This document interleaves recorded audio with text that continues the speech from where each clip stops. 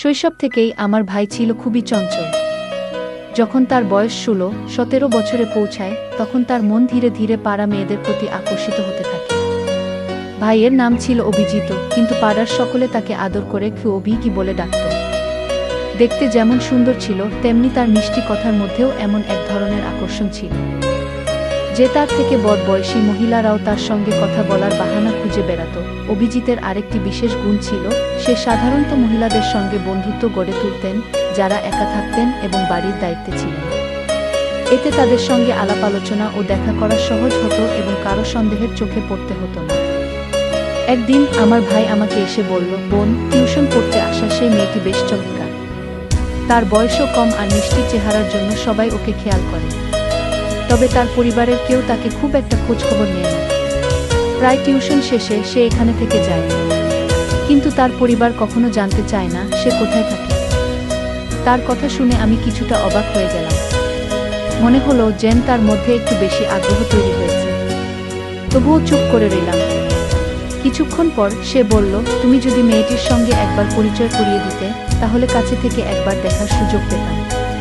তখন আমি বললাম, কাল এসো, সে টিউশনে আসবে, তখন পরিচয় করিয়ে দেব তোমার সঙ্গে। তার সাথে পরিচয় করিয়ে দেওয়ার পর ভাই মেয়েটির সাথে অভিজিতের জীবন বেশ চাঞ্চল্যকর ছিল।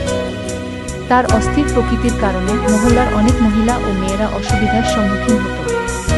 সে শুধু পাড়ায় নয়, স্কুলেও অনেকের সঙ্গে বন্ধুত্ব গড়ে তুলেছিল, মহল্লার মহিলাদের সঙ্গে মেলামেশা তার কাছে যেন এক প্রকার বিনোদনের বিষয় হয়ে দাঁড়িয়েছিল। এ কারণেই প্রায়ই আমাদের বাড়িতে তার ব্যাপারে অভিযোগ আসতে শুরু করেছিল। আমাদের আব্বা-আম্মার অবস্থা তো আরও খারাপ। তারা ভাবতে ভাবতে কষ্ট পেতেন, আমরা কেমন সন্তানকে বড় করছি। আব্বা প্রায়শই মাথায় হাত দিয়ে আল্লাহর কাছে প্রার্থনা করতেন যেন অভিজিৎ সঠিক পথে আসে, কারণ এতে পরিবারের সুনাম জড়িত। আম্মা ও অভিজিতের আচরণে দুঃখে থাকতেন। আসল ঘটনা হলো, অভিজিৎ আমাদের পরিবারের বহু আকাঙ্ক্ষিত সদস্য হিসেবে জন্ম নেয়। দীর্ঘ প্রার্থনার পর পরিবারে তার আগমন ঘটে, আর সেজন্য সবাই তাকে ভালোবেসে অভিজিৎ নামে ডেকে বিশেষ স্নেহ করত। অভিজিৎ সবসময় নিজের মতো চলার সুযোগ পেত, আর তার ইচ্ছাকে সবাই গুরুত্ব দিত। এই ভালোবাসার পরিবেশে বড় হতে হতে তার মনে মহিলাদের প্রতি আকর্ষণ জন্মায়। বিশেষ তার চেয়ে বয়সে বড় মহিলাদের প্রতি তার বেশি আগ্রহ ছিল। অভিজিৎ প্রথম এই আচরণ প্রদর্শন করে যখন তার বয়স ছিল 4 বছর। প্রথমে সেটা নিছক কৌতূহল ছিল, তবে ক্রমে এই অনুভূতিগুলো আরও গভীর হতে থাকে। আজকের এই গল্পে আপনাদের জানাতে চলেছি আমার ভাই অভিজিতের একটি গল্প। আর দয়া করে ভিডিওটি ভালো লাগলে ভিডিওতে একটি লাইক করে দাও। সবার আগে জানাই, আমার নাম পূজা। আমার ভাই অভিজিৎ, যাকে সবাই আদর করে অভি কি বলে ডাকে, ছোটবেলা থেকেই কিছুটা অদ্ভুত স্বভাবের ছিল। যখন একটু বড় হলো তখন সে প্রায়ই নিজের ঘরে দীর্ঘ সময় ধরে বন্দী থাকত। ঘন্টার পর ঘন্টা ফোনে ব্যস্ত থাকত, আর আম্মু তাকে খেতে ডাকলেও সে নিজের মতো করে সময় কাটাত। মাঝে মাঝে কেবল খাবার খেতে বাইরে বের হতো। অভিজিতের পড়াশোনায় মনোযোগ কখনোই ভালো ছিল না, তবে ছোটবেলায় 5 বছর পর্যন্ত ঠিকঠাক স্কুলে যেত। কিন্তু 16 বছর বয়সে পৌঁছানোর পর থেকেই তার মন পড়াশোনা থেকে সরে যেতে শুরু করে এবং আশেপাশের মহিলাদের প্রতি আকর্ষণ অনুভব করে। সেই থেকেই তার মাথায় নারীদের নিয়ে ভাবনা গেঁথে বসে। তখন থেকেই স্কুল বা কোচিং এর মেয়েদের বদলে সে পাড়ার মহিলাদের সঙ্গেই সময় কাটাতে আগ্রহী হয়ে ওঠে। সবসময় মহিলাদের কাছে গিয়ে গল্প করত, হাসি ঠাট্টা করত, আর মহিলারাও তাকে অনেক পছন্দ করত। অভিজিৎ যখন পাড়ার মেয়েদের সঙ্গে মজা করত তখন প্রায়ই সেই ব্যাপারে অভিযোগ আমাদের বাড়িতে আসত। এমন কান শুনে কখনো কখনো আব্বু এতটাই রেগে যেতেন যে অভিজিতের উপর হাত তুলতেন। কিন্তু এখন অভিজিৎ বড় হয়ে গিয়েছে, সে পাল্টা উত্তর দিতে শুরু করেছে এবং আব্বুর সঙ্গে কথায় কথায় ঝগড়া লাগিয়ে বেরিয়ে যেত। কিছুদিনের জন্য কথা বলা বন্ধ রাখত। আম্মা আব্বু ভীষণ চিন্তিত হয়ে পড়তেন। তারা বারবার আল্লাহর কাছে প্রার্থনা করতেন, আমাদের এমন কেন হলো হে আল্লাহ, কি পাপ করেছিলাম আমরা। অভিজিৎ আমাদের পরিবারে অনেক দোয়ার পর জন্মেছিল, আম্মা আব্বুর দীর্ঘ অপেক্ষার পর। কিন্তু এখন সেই প্রার্থনার ফলেই যেন উল্টো দিক থেকে বোঝা হয়ে দাঁড়িয়েছে। পাড়ার লোকজনও তার জন্য বিরক্ত হতে শুরু করেছে। যখন আব্বুর মনে হলো যে বোঝানো কিংবা শাসন করে আর কিছু হবে না, তখন তিনি সিদ্ধান্ত নিলেন, অভিজিৎকে যদি কোনো কাজে ব্যস্ত রাখা যায় তবে তার মনোযোগ অন্যদিকে যাবে। আব্বু অনেক কষ্ট করে কিছু টাকা জোগাড় করে অভিজিতের জন্য একটি ছোট হার্ডওয়্যার দোকান খুলে দিলেন। তিনি অভিজিৎকে বুঝিয়ে বললেন, বেটা, আমার বয়স হচ্ছে, একদিন আমাকে বিশ্রাম নিতেই হবে। ঘরের খরচ চালানোর জন্য আমি এই দোকানটি তোমার নামে দিয়েছি। এখন থেকে তুমি এই দোকানের দায়িত্ব নিয়ে দেখাশোনা করবে, মেহনত করবে, তো আমি তোমায় আরও সাহায্য করব। শুধু মাসে একবার আমাকে হিসাবটা দেখাবে। এই কথাগুলো শুনে আমি আমার ভাইয়ের প্রতিক্রিয়া লক্ষ্য করছিলাম। সে মনে মনে খুব খুশি হয়ে উঠেছিল। ভাবছিল, বাড়িতে আম্মা আব্বুর নজরদারির মধ্যে থাকতে হতো, কিন্তু এখন দোকানে বসে নিশ্চিন্তে সময় কাটাতে পারবে। তার কাছে স্বাধীনতা পাওয়াটাই যেন সবচেয়ে আনন্দের বিষয় ছিল। এভাবেই অভিজিৎ এখন দোকানে বসতে শুরু করল। যখন দোকানে কম ক্রেতা আসতো তখন সে ফোন বের করে নিজের মতো ব্যস্ত হয়ে পড়ল। ধীরে ধীরে দোকানটিও জমে উঠল আর টাকা আসতে শুরু করল তার হাতে। আর সেই টাকার স্বাদ পেয়ে যেন অভিজিতের মনে আরও কিছু করার ইচ্ছা জেগে উঠল। দোকানে কাজ করতে করতে অভিজিৎও কিছুটা মজা পেল, কিন্তু বয়স বাড়ার সঙ্গে সঙ্গে তার উদ্দেশ্যগুলো আরও দৃঢ় হতে থাকে। অভিজিৎ এবার পাড়ার অনেক মহিলার সঙ্গে পরিচিত হয়ে গিয়েছিল। কোথা থেকে যেন তাদের ফোন নম্বর পেয়ে যেত এবং তাদের সঙ্গে এমনভাবে কথা বলত যে তারা সহজেই তার উপর বিশ্বাস করতে শুরু করত। তার সাথে যারা কথা বলত তারা বেশিরভাগই মহিলারা, বিধবা ছিল। ফোনে কথোপকথনের সময় সে এমনভাবে মিষ্টি কথা বলত যে অনেকেই তার কথায় মুগ্ধ হয়ে যেত। অভিজিৎ খুব চতুরতার সঙ্গে তাদের মনের দুর্বলতার সুযোগ নিত। এমনকি কিছু মহিলাকে বিয়ের প্রতিশ্রুতি দিয়ে তাদের সঙ্গে সম্পর্ক তৈরি করত। কয়েকদিন তাদের সঙ্গে আনন্দের সময় কাটিয়ে যখন তার ইচ্ছে মিটে যেত তখন সে কোনো খোঁজ না রেখেই সেই সম্পর্ক থেকে বেরিয়ে আসত এবং নম্বরও মুছে ফেলত। তার জীবন এভাবেই চলতে থাকে এবং তার ফাঁদে পড়া মহিলার সংখ্যা বাড়তে থাকে। দিনে দিনে এসব বাড়তে থাকে। অন্যদিকে আম্মা আব্বু অভিজিতের এই আচরণে ভীষণভাবে কষ্টে ছিলেন। আম্মা আব্বু আল্লাহর কাছে দোয়া করতেন যেন অভিজিৎ একদিন ঠিক পথে ফিরে আসে। কিন্তু আমার ভাই অভিজিৎ, তার আচরণে পরিবারের সবাইকে সবসময় চিন্তায় রাখত। অভিজিতের বয়স ধীরে ধীরে 24-25 বছরে এসে পৌঁছাল। তখন আব্বা আম্মার মনে তার বিয়ের চিন্তা আসে। তারা ভাবতে শুরু করেন যে তাদের ছেলে এখন নিজের কাজে মনোযোগ দিচ্ছে। প্রতিবেশীরাও একইভাবে মনে করতে লাগলেন যে অভিজিৎ এখন সঠিক পথে রয়েছে, কারণ বহুদিন ধরে তার নামে কোনো অভিযোগও আসেনি। আব্বা ভেবে খুশি ছিলেন যে তাদের দোকান সফল হয়েছে এবং তাদের ছেলে এখন কাজে ব্যস্ত। কিন্তু সত্যিটা ছিল ভিন্ন। অভিজিৎ বাইরে থেকে ঠিক থাকলেও আসলে আগের চেয়ে অনেক দূরে চলে গেছে। যদি আব্বা জানতেন যে তার ছেলে এখনো বহু মহিলার সঙ্গে যোগাযোগে রয়েছে তবে হয়তো তিনি এই ধাক্কাটা সামলাতে পারতেন না।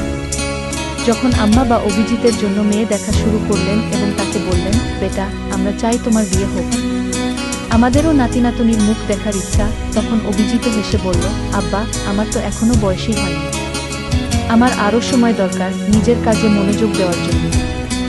আব্বা অভিজিৎকে বললেন, বেটা, বিয়ের পর তোমার কাজ থেমে যাবে না, বরং তুমি তোমার স্ত্রীকে সঙ্গে নিয়ে আরও ভালোভাবে ব্যবসা সামলাতে পারবে। আমাদের ইচ্ছাটাও পূরণ হতে দাও। অনেকটা না চাইতেও অভিজিৎ আব্বা আম্মার কথায় বিয়েতে সম্মতি দিল। এরপর তারা একটি মেয়ে পছন্দ করলেন। সে মেয়ে এতটা সুন্দর না হলেও বেশ গৃহস্থালী কাজ জানত এবং ঘর ভালোভাবে সামলাতে পারত। মেয়েটির এই গুণাবলী দেখে আব্বা আম্মা তাকে পছন্দ করেন এবং অভিজিতের সঙ্গে তার বিয়ে দেন। যখন অভিজিতের স্ত্রী নতুন কনে হয়ে আমাদের ঘরে এলো তখন প্রথম রাতেই অভিজিৎ তাকে বলল, এই বিয়েতে আমার খুব একটা আগ্রহ ছিল না, আমি শুধু আমার আব্বা আম্মার খুশির জন্য এই বিয়ে করেছি।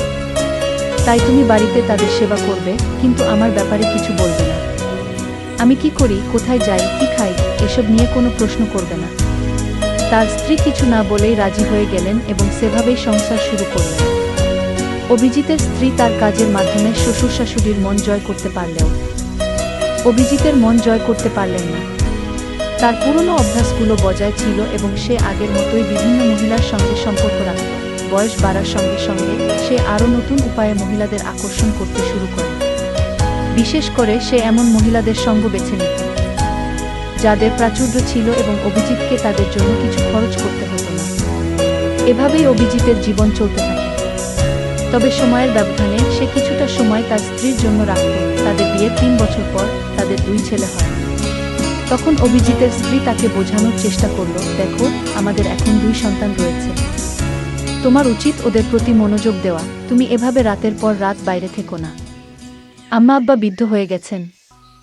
এবং অভিজিতের স্ত্রী তাকে বোঝানোর চেষ্টা করলেন যে, তুমি অনেক সময় বাইরে কাটাও, বাড়িতে সময় দাও, আব্বা আম্মার দেখাশোনা করো এবং আমাদের সন্তানদের জন্য দায়িত্বশীল হও। কিন্তু অভিজিৎ স্ত্রীর কথায় খুব একটা কান দেয়নি। নিজের মতোই জীবন উপভোগ করতে থাকে। বছর কেটে যেতে থাকে এবং অভিজিতের সন্তানরাও বড় হতে থাকে। এদিকে অভিজিতের বয়সও 46-47 ছুঁই ছুঁই।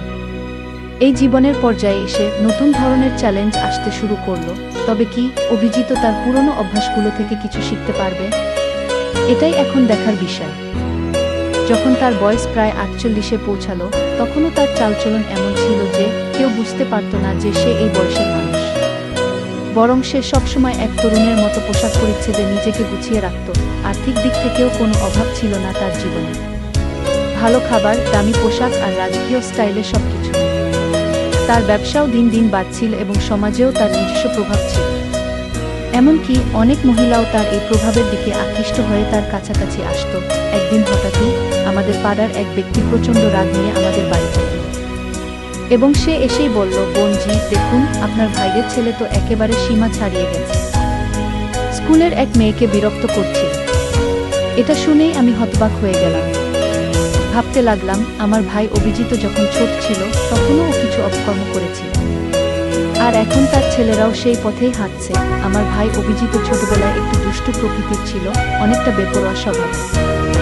এখন তার সন্তানরাও যেন বাবার সেই বেপরোয়া স্বভাবটি গ্রহণ করছে। অভিজিৎ কিছুদিন আগে গ্রামে ফেরার পর আমি তাকে তার ছেলেদের এইসব আচরণের কথা জানাই।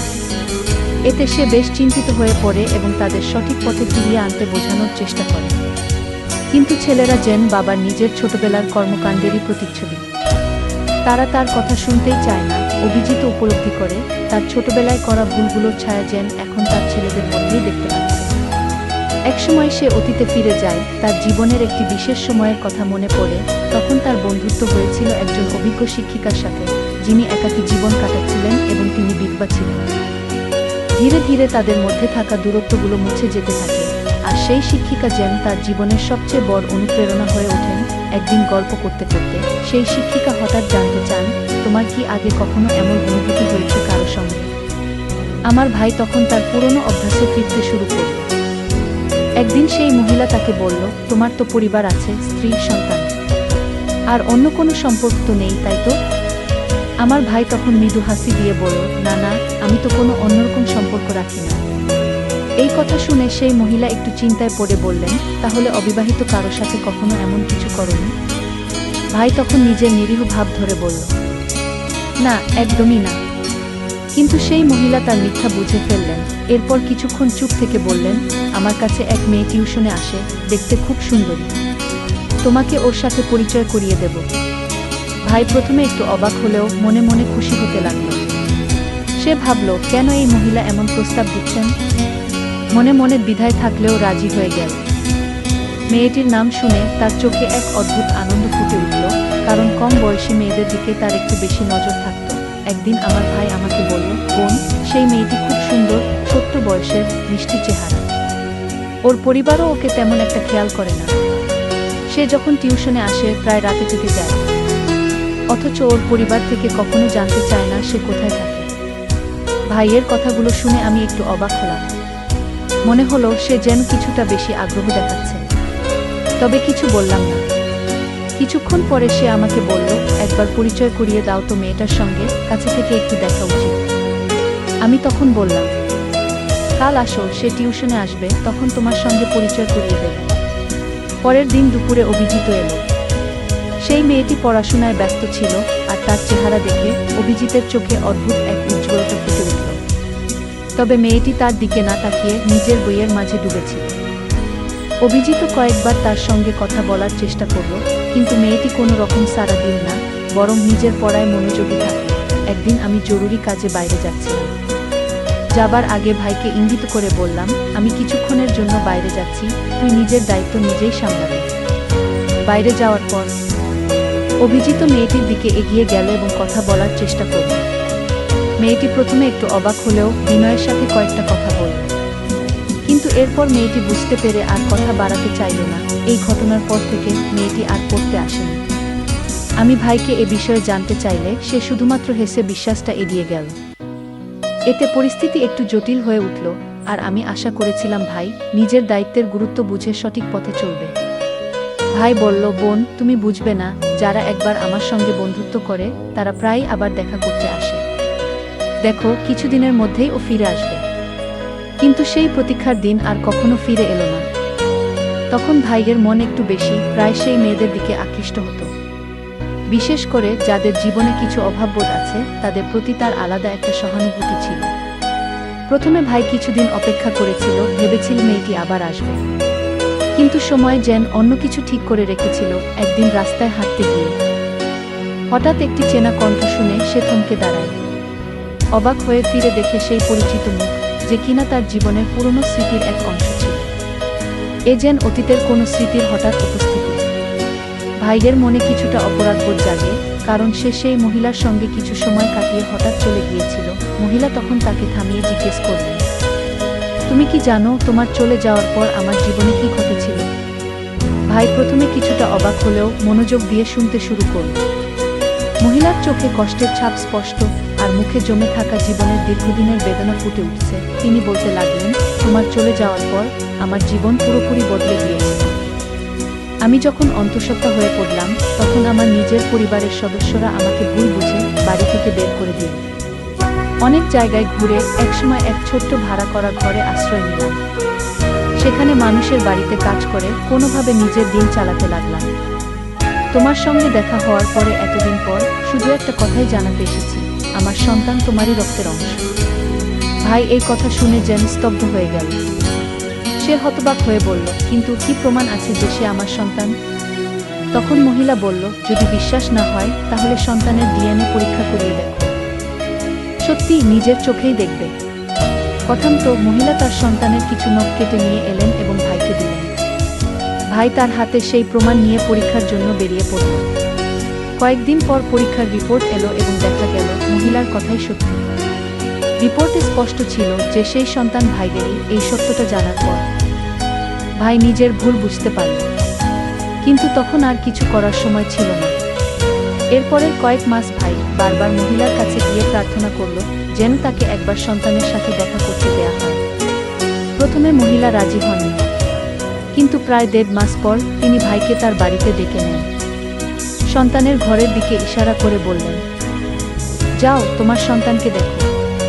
ভাই শিশুটিকে কোলে নিতে চাইলে মহিলা তাকে সন্তানের কাছে নিয়ে গেলেন। তার চোখে কষ্টের ছাপ ছিল।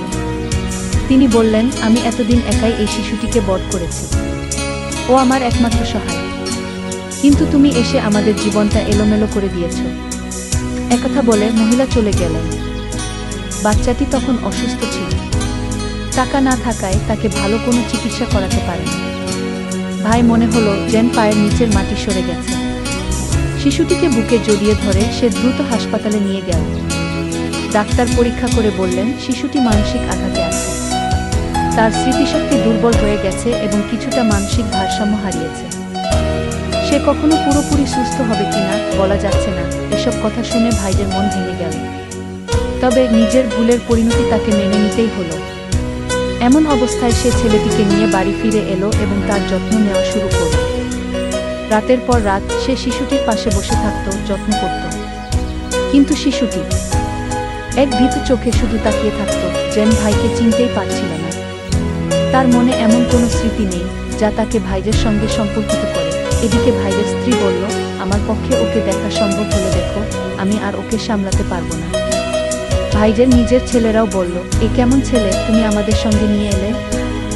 আমরা ওকে আপন বলে মেনে নিতে পারছি না। ভাই যেন একটা ঝড়ের মধ্যে দিশাহারা হয়ে পড়ল। অবশেষে ভাই সিদ্ধান্ত নিল আলাদা কোথাও ছেলেটিকে নিয়ে থাকবে। সে একটি ছোট্ট ভাড়ার ঘরে উঠল এবং দিনরাত পরিশ্রম করতে লাগল। দোকানে খেতে যা রোজগার হতো সবটুকুই ছেলেটির চিকিৎসা এবং যত্নে ব্যয় করত। এভাবে নিজের ভুলের মাসুল দিয়ে জীবনের প্রতিটি সে ছেলেটির পাশে থেকে তার যত্ন করতে লাগল। ডাক্তাররাও বলেছিল শিশুটির স্বাভাবিক জীবনে ফিরতে কিছুটা সময় লাগবে, কিন্তু ভাই হাল ছাড়েনি। প্রতিদিন নতুন আশার আলো নিয়ে শিশুটির সেবা করত এক স্নেহময় পিতার মতো। কিছু মাস কেটে গেল, আর ধীরে ধীরে শিশুটির মধ্যে পরিবর্তন আসতে শুরু করল। সে আর ভাইকে অচেনা মনে করত না। তার চোখে যেন পরিচয়ের একটা আভাস দেখা দিতে লাগল। ভাইদের অক্লান্ত পরিশ্রম আর ভালোবাসা তার মনে জমে থাকা কষ্টগুলোকে আস্তে আস্তে ছাড়িয়ে তুলছিল। একদিন শিশুটি প্রথমবারের মতো ভাইয়ের হাত ধরল আর হালকা করে হাসল। ভাইদের চোখে তখন আনন্দাশ্রু এসে গেল। সেই ছোট্ট হাসি যেন তার গোটা পৃথিবী হয়ে উঠল। সময়ের সাথে শিশুটি আরও সুস্থ হয়ে উঠল। ভাইদের নিঃস্বার্থ ভালোবাসা আর যত্ন তাকে নতুন জীবন দিল। এখন সে কেবল ভাইয়ের পাশে থাকে না, বরং তাকে পিতার মতো মেনে নিয়েছে। সমাজের নানা কথা আর কঠিন পরিস্থিতি সত্ত্বেও ভাই কখনো হাল ছাড়েনি, আর তার এই পরিশ্রমের ফল পেল। অবশেষে সেই দিনও এলো যেদিন শিশুটি ভাইকে আব্বু বলে ডাকল। সেই একটি শব্দেই ভাইয়ের সব কষ্ট যেন মিলিয়ে গেল। গল্পে দেখা যায় যে আবেগ আর আকর্ষণ নিয়ন্ত্রণ না করলে জীবন জটিল হয়ে যেতে পারে। অভিজিৎ তার দায়িত্বহীন আচরণের জন্য বড় মূল্য চুকাতে হয়েছে। নিজের ভুল বুঝে নেওয়া এবং তার পরিণতি মেনে নেওয়া, এটি একটি কঠিন কিন্তু প্রয়োজনীয় শিক্ষা।